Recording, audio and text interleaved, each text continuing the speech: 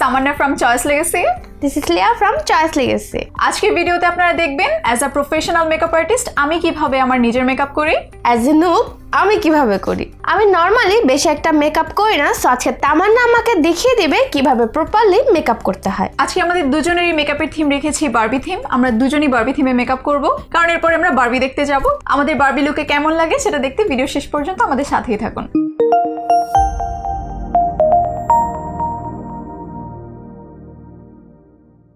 আচ্ছা তামান্না, মেকআপের আগে কি ময়শ্চারাইজার ইউজ করা যাবে? অবশ্যই করা যাবে, এবং মেকআপের আগে ময়শ্চারাইজার ইউজ করা ইজ আ মাস্ট। কারণ আপনি যদি মেকআপের আগে ময়শ্চারাইজার অ্যাপ্লাই না করেন, আপনার স্কিন হাইড্রেটেড থাকবে না এবং মেকআপের ফ্ললেস ফিনিশও আনা পসিবল হবে না। তাই মেকআপের আগে ময়শ্চারাইজার অ্যাপ্লাই করা খুবই ইম্পর্টেন্ট। আপনার স্কিন টাইপ কি? আমার স্কিন টাইপ ড্রাই। তাহলে ড্রাই স্কিন হলে একটা থিক ময়শ্চারাইজার অ্যাপ্লাই করতে হবে। আমার যেহেতু অনেক বেশি অয়েলি স্কিন, আমি একটা লাইট ময়শ্চারাইজার অ্যাপ্লাই করে নিয়েছি। তাহলে বলো আমাদের নেক্সট স্টেপ কি? নেক্সট স্টেপ হচ্ছে প্রাইমার। আমরা প্রাইমার দিয়ে আমাদের মেকআপ স্টার্ট করব। আচ্ছা, আমি তো প্রাইমার ফুল ফেসে অ্যাপ্লাই করি। প্রাইমার কি ফুল ফেসে অ্যাপ্লাই করতে হয়? যেহেতু আপনার স্কিন টাইপ ড্রাই, আপনি একটা হাইড্রেটিং প্রাইমার পুরো ফেসে অ্যাপ্লাই করতে পারেন, যাতে আপনার স্কিন অনেক বেশি হাইড্রেটেড থাকে থ্রু আউট দ্য ডে। আমার যেহেতু অয়েলি স্কিন, আমার যেখানে যেখানে বেশি অয়েলি হয়ে যায় অথবা শাইন দেখা দেয় এবং যেখানে যেখানে পোরস আছে, আমি ওই এরিয়াগুলোতে প্রাইমার অ্যাপ্লাই করি। তাহলে যেহেতু আমার ড্রাই স্কিন, আমি ফুল ফেসে দিব। হ্যাঁ, একটা হাইড্রেটিং প্রাইমার আপনার ফুল ফেসে অ্যাপ্লাই করবেন। প্রাইমার তো অ্যাপ্লাই করে ফেলাম, এখন তাহলে আমাদের নেক্সট স্টেপ? আমার স্কিনে যেহেতু অনেক বেশি ডার্ক স্পটস আছে, একনি আছে, এগুলো হাইড করার জন্য আমি একটা ডার্কার কনসিলার দিয়ে কালার কারেক্ট করে নিই। যেহেতু আপনার স্কিনে বেশি একটা ডার্ক স্পটস নেই, আপনি শুধু আপনার ডার্ক সার্কেলস এবং পিগমেন্টেশন যেখানে আছে সেখান দিয়ে হালকা একটা পিচ কালার কারেক্টার অ্যাপ্লাই করে নিতে পারেন। কালার কারেক্টার কিন্তু সবসময় আলতো হাতে ব্লেন্ড করতে হবে, যাতে আপনি যেখানে অ্যাপ্লাই করছেন সেখান থেকে মুভ না হয়ে যায়। ট্যাপ ট্যাপ করে? হ্যাঁ, ট্যাপ ট্যাপ করেও করতে পারেন। আমি একটা ব্রাশ ইউজ করি, চাইলে আপনার ফিঙ্গার্স দিয়েও করতে পারেন। আমি আসলে ব্রাশ দিয়ে ব্লেন্ড করতে ইউজ টু না, যেহেতু আমি বেশি মেকআপ করি না। হাত দিয়ে অনেক ভালো ব্লেন্ড করা যায়। আপনি যদি হাত দিয়ে বেশি কমফোর্ট ফিল করেন, তাহলে অবশ্যই আপনি হাত দিয়ে ব্লেন্ড করতে পারেন। এটা আসলে যার যার কমফোর্ট অনুযায়ী, মেকআপের তেমন কোনো রুলস নেই আসলে।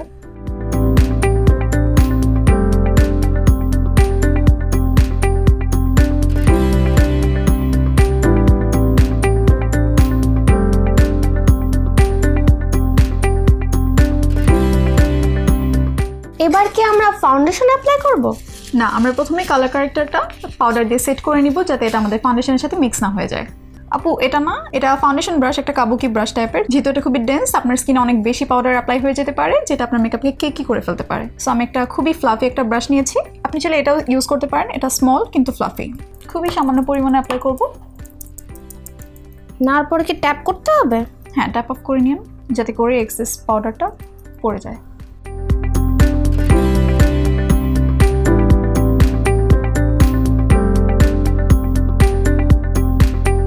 এরপর আমি এটাকে একটা সেটিং স্প্রে দিয়ে সেট করে নিই। শুধু পাউডার দিয়ে সেট করাই ইনাফ, কিন্তু আমার পাউডারের উপর লিকুইড প্রোডাক্টস অ্যাপ্লাই করতে একটু কেমন জানি লাগে, এই জন্য আমি অলওয়েজ একটা সেটিং স্প্রে দিয়ে সেট করে নিই।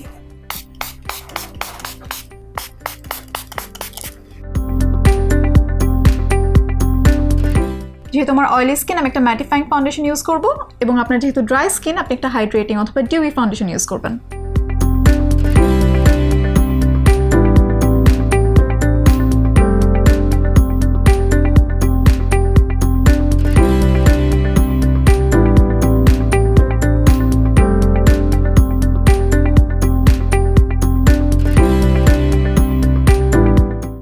ফাউন্ডেশন কি আমি চোখের নিচে দিব?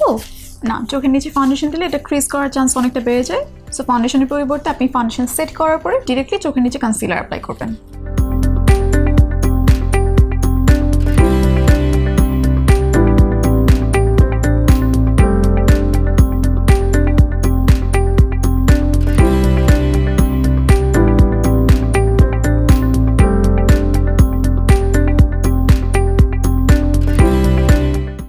আমার কি ব্লেন্ড ঠিক মতো হয়েছে? হেয়ার লাইনের ভিতরেও একটু ব্লেন্ড করব, যাতে ফেস এবং কানের দুইটা কালার বোঝানো যায়।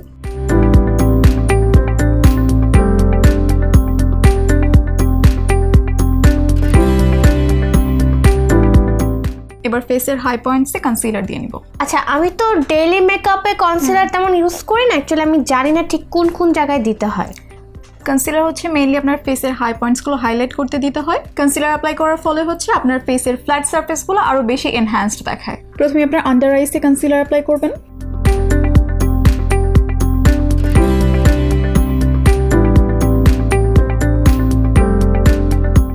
কন্ট্যুর এবং হাইলাইট করার জন্য কিন্তু নিজের ফেসের শেপ জানা খুবই জরুরি। রাউন্ড ফেসে আন্ডার আইস এবং চিনে হাইলাইট করব।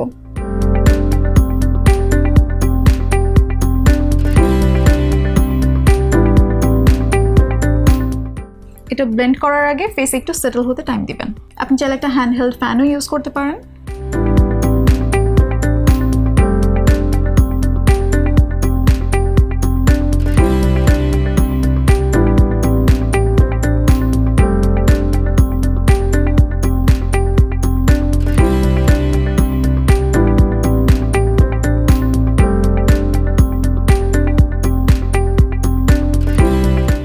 এবার মেকআপ সিল করতে আমি বিউটি ব্লেন্ডারের সেটিং স্প্রে করে নিই, এরপর হচ্ছে পুরো ফেসে ট্যাপ করি। আপনিও করতে পারেন চাইলে।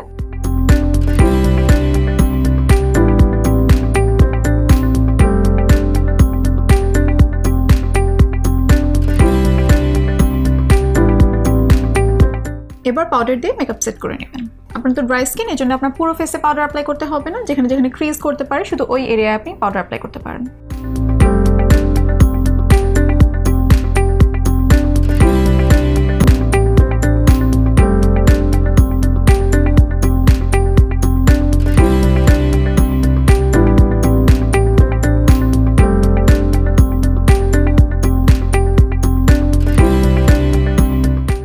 আমি তো নোজ কন্ট্রোল করতে পারি না।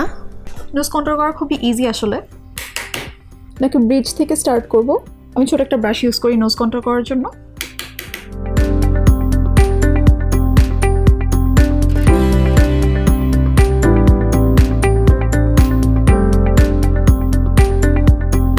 এবং আইব্রাউসের এদিকে কানেক্ট করে দিব।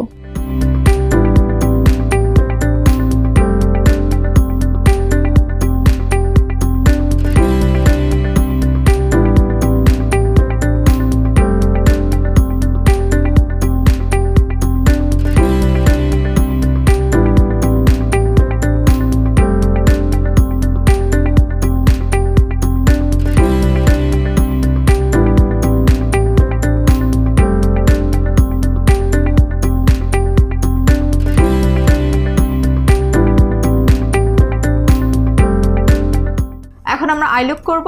আপনি কি ধরনের আই লুক করতে চান? যেহেতু আমার আউটফিটটা আজকে বারবি পিঙ্ক, তাই আমি এই থিমের করতে চাচ্ছি। আমি পিঙ্ক কালার একটা আই লুক ক্রিয়েট করবো। আই থিঙ্ক আপনিও একটা hot pink colour I look create করলে ভালোই লাগবে। আপনি একটা বেবি পিঙ্ক কালার শেড দিয়ে ট্রানজিশন শুরু করতে পারেন, তারপর আপনি হট পিঙ্ক অথবা আপনার ইচ্ছের মতো কালার ইউজ করতে পারেন।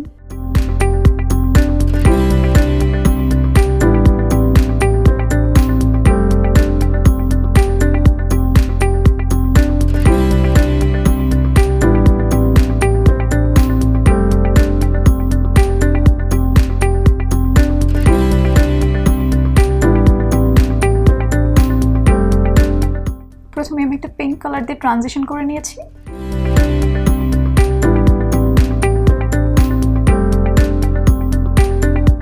এরপর এর থেকে একটা ডার্কার শেড নিয়ে আমার আউটার ভি এবং ক্রিজে অ্যাপ্লাই করব।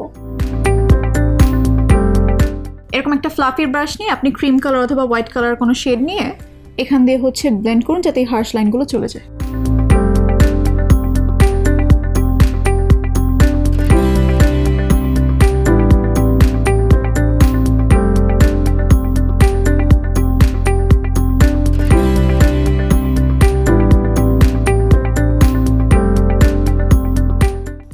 জাস্ট এইটুক কাট ক্রিজের মতো জাস্ট এইটুকে শিমার দিলাম। আপনি কি পিঙ্ক কালার শিমার অ্যাপ্লাই করবেন? এটা থেকে যে কোনো একটা দেন। এটা ব্রাশ দিয়ে না দিয়ে হাত দিয়ে ইউজ করেন, তাহলে অনেক ভালো পিগমেন্ট আসবে এটার।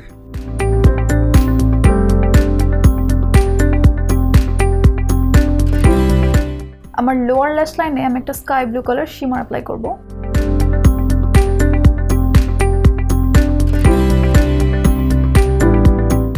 আমি কোনো আইলাইনার ইউজ করি না, তাই আমি একটি ব্রাউন পেন্সিল দিয়ে আইলাইন করে নিচ্ছি।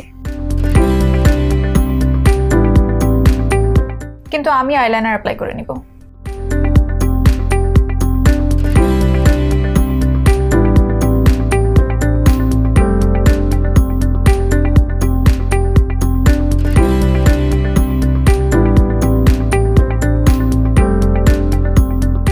এবার আমার আইব্রোস ফিল করে নিব আমি।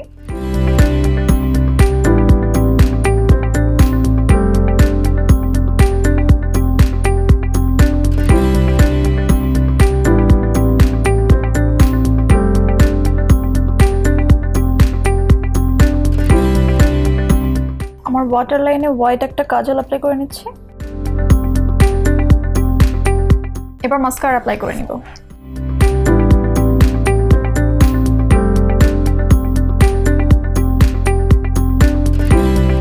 এবার শুধু লিপস্টিক।